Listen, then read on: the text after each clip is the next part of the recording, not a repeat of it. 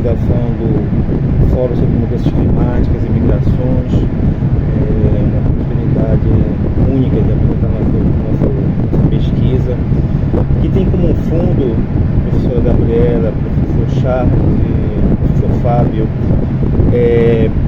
pensar a construção de políticas públicas para a Amazônia a partir de uma perspectiva de desenvolvimento sustentável. Me incomoda muito, eu atuo profissionalmente e com pesquisa com povos e comunidades tradicionais da Amazônia há pelo menos uma década. E me incomoda muito a escolha do Estado brasileiro e dos demais entes federativos na construção de políticas públicas que não visam para a Amazônia um modelo de desenvolvimento sustentável inclusivo para povos e comunidades tradicionais.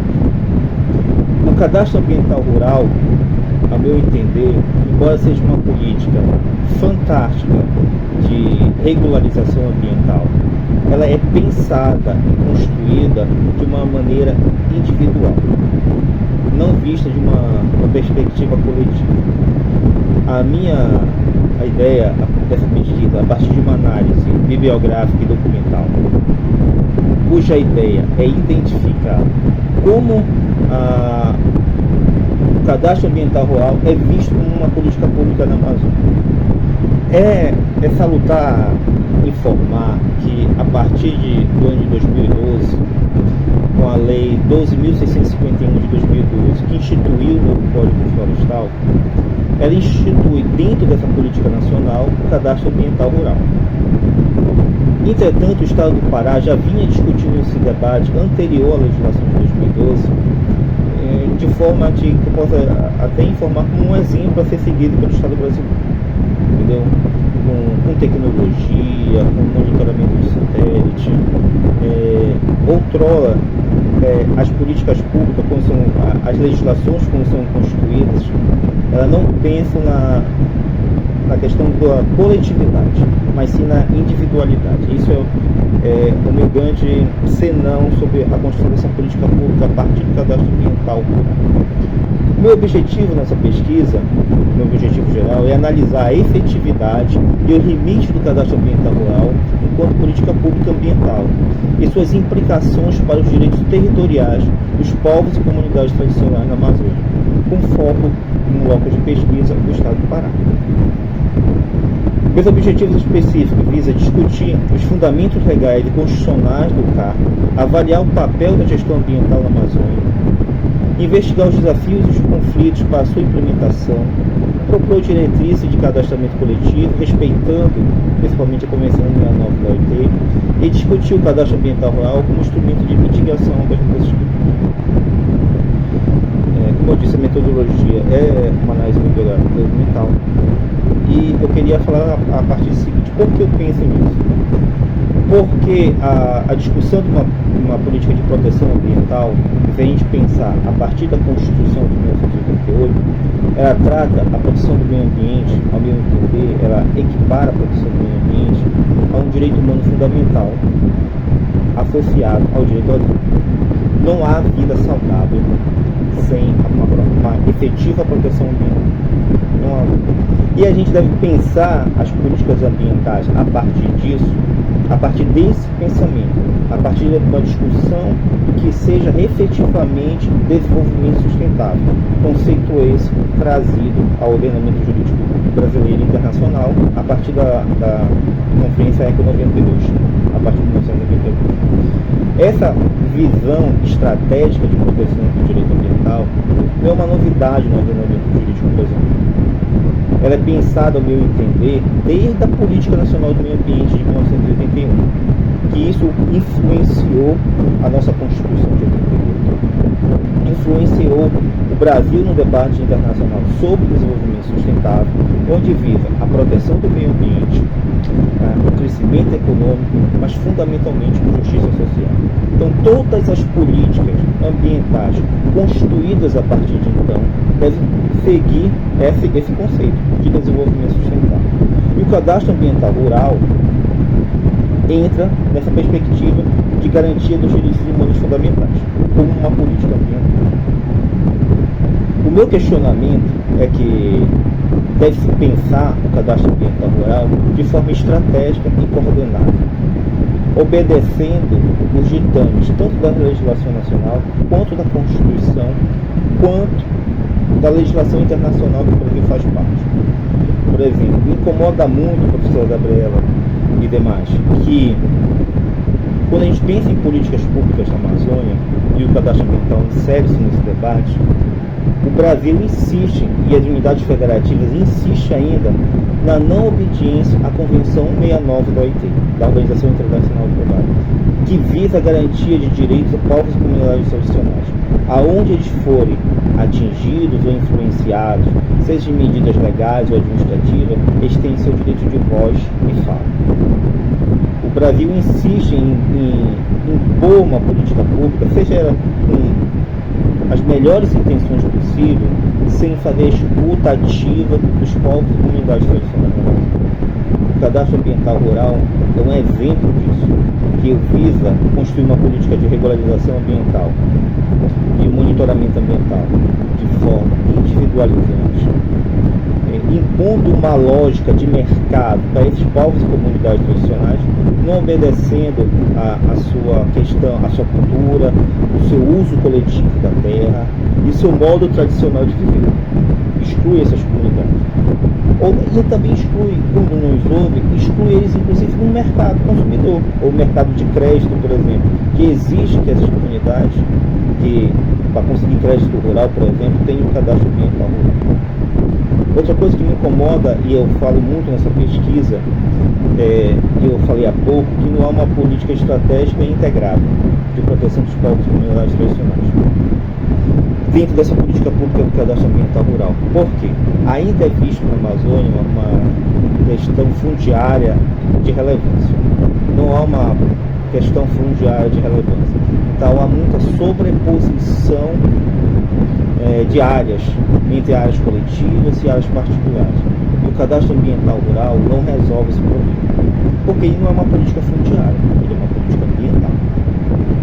Então, há que haver uma maior integração entre políticas ambientais e políticas fundiárias na Amazônia, para ter maior efetividade e maior proteção do meio ambiente e a garantia de direitos dos povos e comunidades tradicionais.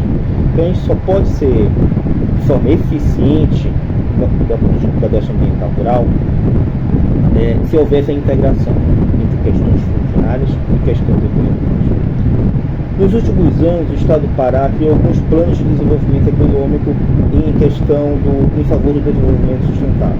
Eu trago nessa pesquisa o programa Amazônia Agora, o programa do governo do Estado do Pará, que ele fala do cadastro ambiental rural como uma política de Estado eficiente.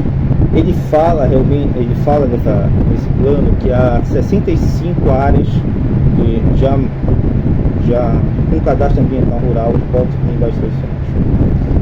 Ele tem um modelo de exemplo bem sucedido agora com o CAR 2.0 a partir do ano de 2023, que ampliou o número de cadastros ambientais rurais do Estado do Pará, já regularizando ambientalmente mais de 1,7 bilhões de hectares no Estado do Pará. Tem como exemplo bem sucedido em questão do povos e comunidades o CAR Quilombola, onde já fez a regularização do CAR de comunidades quilombolas. Mas esse é um exemplo pontuais no Estado do Pará. O cadastro ambiental rural, a partir de 2012, o novo Código Florestal, é uma política pública nacional. E isso não é replicado a contento nos outros estados da federação.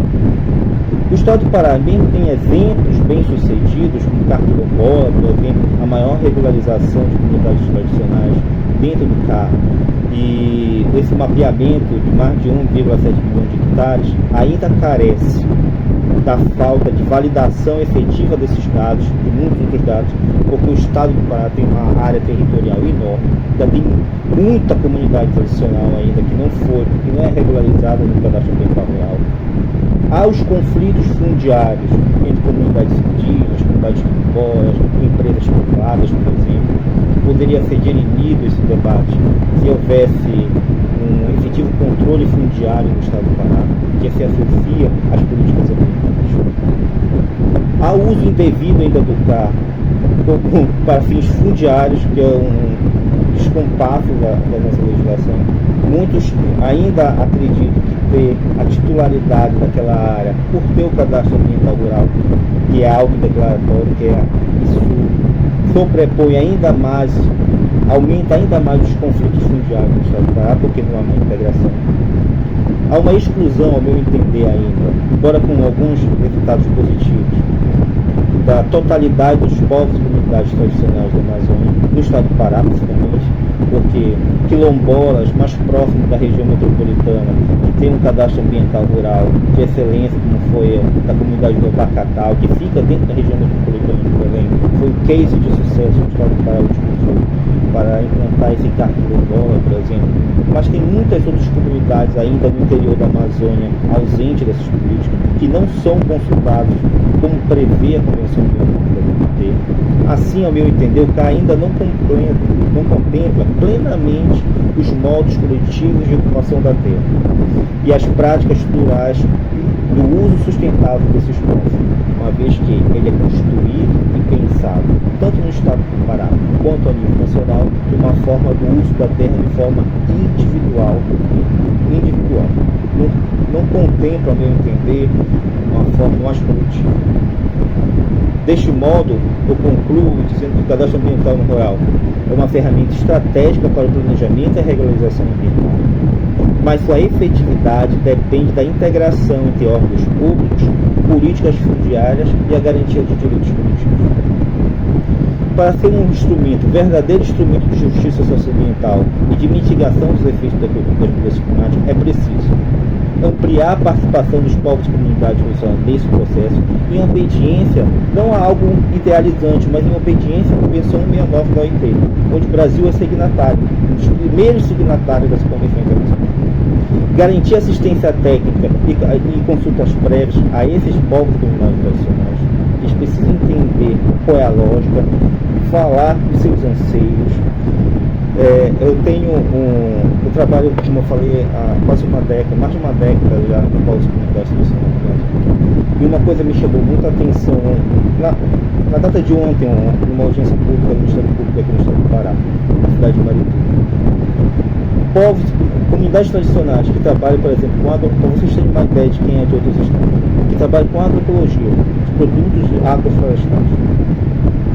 A cidade de Marituba, que é a menos de uma hora de Belém, compõe a região metropolitana de Belém, ela não tem uma feira livre que contempla a produção agroecológica do município. O espaço que tinha antes está em reforma, eles não fizeram outro. E as políticas públicas do município acreditam que oferecer espaços itinerantes, oferecer espaços que possam aumentar a renda daquele produtor rural, da comunidade tradicional, é o suficiente como política pública. Não entende que a construção de um espaço, de uma feira, é um espaço de troca, um espaço de uso coletivo, de conhecimento, de troca de informações.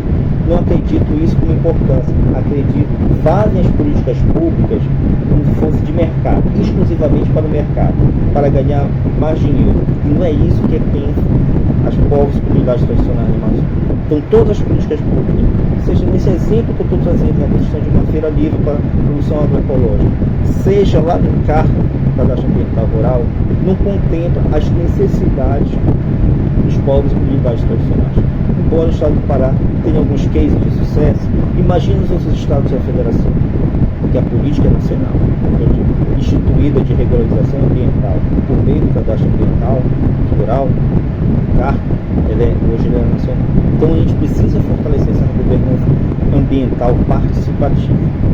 Dessa forma, o CAR pode consolidar-se como uma política pública de desenvolvimento sustentável e adaptação climática na Amazônia, se houver uma maior integração dos órgãos fundiários e ambientais e a maior escuta ativa dos povos e comunidades.